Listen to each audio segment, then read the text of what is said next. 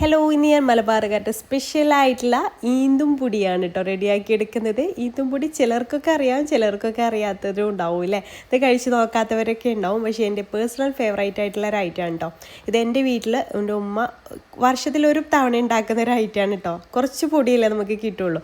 ആ ഒരു പൊടി വെച്ചിട്ട് വീട്ടിലെല്ലാവരും കൂടുന്ന ദിവസമാട്ടോ ഉമ്മ ഉണ്ടാക്കിയെടുക്കാറ്. അപ്പോൾ ഉമ്മയാണ് മെയിൻ കുക്ക്. അപ്പോൾ ഉമ്മാൻ്റെ അടുത്ത് ചോദിച്ചിട്ടാണ് ഞാനിത് ഉണ്ടാക്കിയെടുക്കുന്നത് കേട്ടോ. അപ്പോൾ അതിന് വേണ്ടിയിട്ട് ആദ്യം നമുക്ക് ഈന്തും പൊടി ഒന്ന് വേവിച്ചെടുക്കണം. അപ്പം അതിന് വെള്ളം വെച്ചിട്ടുണ്ട്. നമ്മൾ എത്രയാണോ പൊടി എടുക്കുന്നത് അതേ അളവിലാട്ടോ വെള്ളം എടുക്കേണ്ടത്. അതിലേക്ക് ഉപ്പ് ചേർത്ത് കൊടുത്തിട്ടുണ്ട്. അപ്പോൾ ഞാൻ ഇവിടെ 2 കപ്പ് ഈന്തും പൊടിയാണ് എടുത്തിട്ടുള്ളത്. അപ്പോൾ ആ ഒരു വെള്ളത്തിലേക്ക് അത് ചേർത്ത് കൊടുക്കാം. എന്നിട്ട് നമുക്ക് പത്തിരിക്കൊക്കെ പൊടി വാട്ടിയെടുക്കില്ല, ആ രീതിയിൽ എടുക്കുക. പത്തിരിക്കൊക്കെ എടുക്കുന്ന പത്തിരിപ്പൊടിക്കൊക്കെ വേണ്ടിയിട്ടുള്ള അത്രയും വെള്ളം എടുക്കരുത്. അത് കറക്റ്റ് ആ ഒരു പൊടിയുടെ അത്രയും വെള്ളം എടുത്താൽ മതി കേട്ടോ. 2 കപ്പ് പൊടിയാണെന്നുണ്ടെങ്കിൽ 2 കപ്പ് വെള്ളം എടുത്താൽ മതി. എന്നിട്ട് ഇതുപോലെ നന്നായിട്ടൊന്ന് വാട്ടിയെടുക്കുക.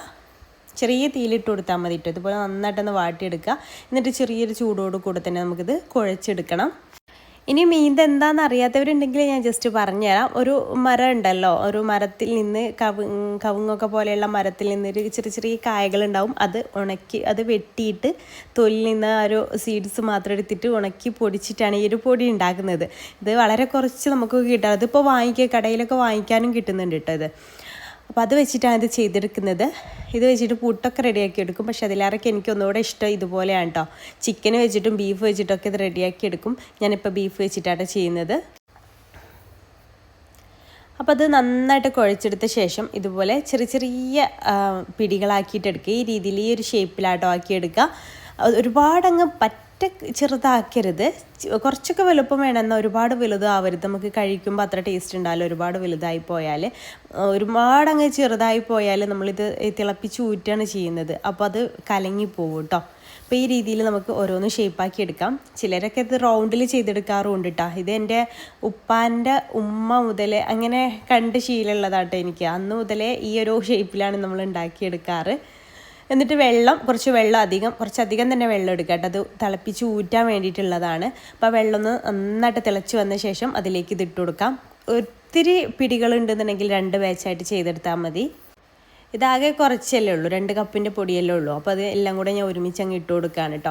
എന്നിട്ട് പെട്ടെന്ന് തന്നെ ആയി കിട്ടും. 5 മിനിറ്റിനുള്ളിൽ തന്നെ ഇതായി കിട്ടും. ഇതായി എന്നറിയൽ ഇതുപോലെയാണ് കേട്ടോ. അത് വെള്ളം തിളച്ച് വരുമ്പോൾ ഇങ്ങനെ ഓരോന്നോരോന്നായിട്ട് ഇങ്ങനെ മുകളിലേക്ക് അങ്ങ് പൊങ്ങി വരും. അത്രേ ആയി മതി കേട്ടോ. നമ്മൾ ഓൾറെഡി കുക്കായതല്ലേ. അപ്പോൾ അത്രേ ആയി കഴിഞ്ഞാൽ നമുക്കിത് പെട്ടെന്ന് തന്നെ ഊറ്റിയെടുക്കാം. അതിൽ തന്നെ വെച്ചാൽ അത് കലങ്ങിപ്പോവും കേട്ടോ.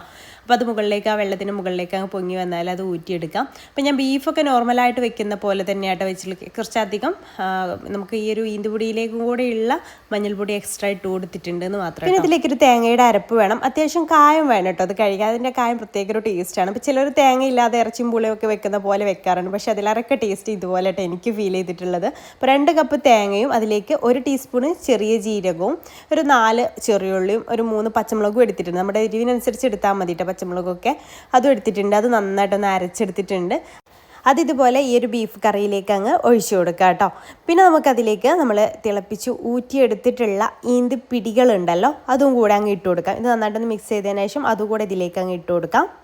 എന്നിട്ട് മരത്തിൻ്റെ തവി വെച്ചിട്ട് മിക്സ് ചെയ്യായിരിക്കും കേട്ടോ ഒന്നുകൂടെ ബെറ്റർ. അല്ലെങ്കിൽ ഇതെല്ലാം കൂടെ ഉടഞ്ഞു പോവും. അപ്പോൾ ഇതുപോലെ മെല്ലെ വെച്ചിട്ട് ഇതുപോലെ ഒന്ന് മിക്സ് ചെയ്തെടുക്കാം.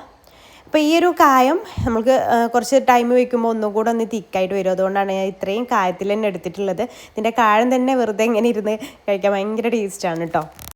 ഞങ്ങൾ പണ്ട് മുതലേ ഈ രീതിയിൽ തന്നെയാണ് കേട്ടോ ഇത് ചെയ്തെടുക്കാറ്. ഇപ്പോൾ എല്ലാവരും അരിപ്പൊടി വെച്ചിട്ടും ഈ ഒരു മെത്തേഡിൽ ചെയ്തെടുക്കാറുണ്ട്. പക്ഷേ ഈ ഒരു ഈന്തും പൊടിയുടെ ടേസ്റ്റ് അതിനൊന്നും കിട്ടില്ല അല്ലേ. പിന്നെ ഉപ്പ് ആവശ്യമുണ്ടെന്നുണ്ടെങ്കിൽ ഉപ്പ് കൂടെ കുറച്ചുകൂടെ ഒന്ന് ആഡ് ചെയ്ത് കൊടുക്കുക. എന്നിട്ട് നന്നായിട്ടൊന്ന് മിക്സ് ചെയ്തെടുക്കുക കേട്ടോ.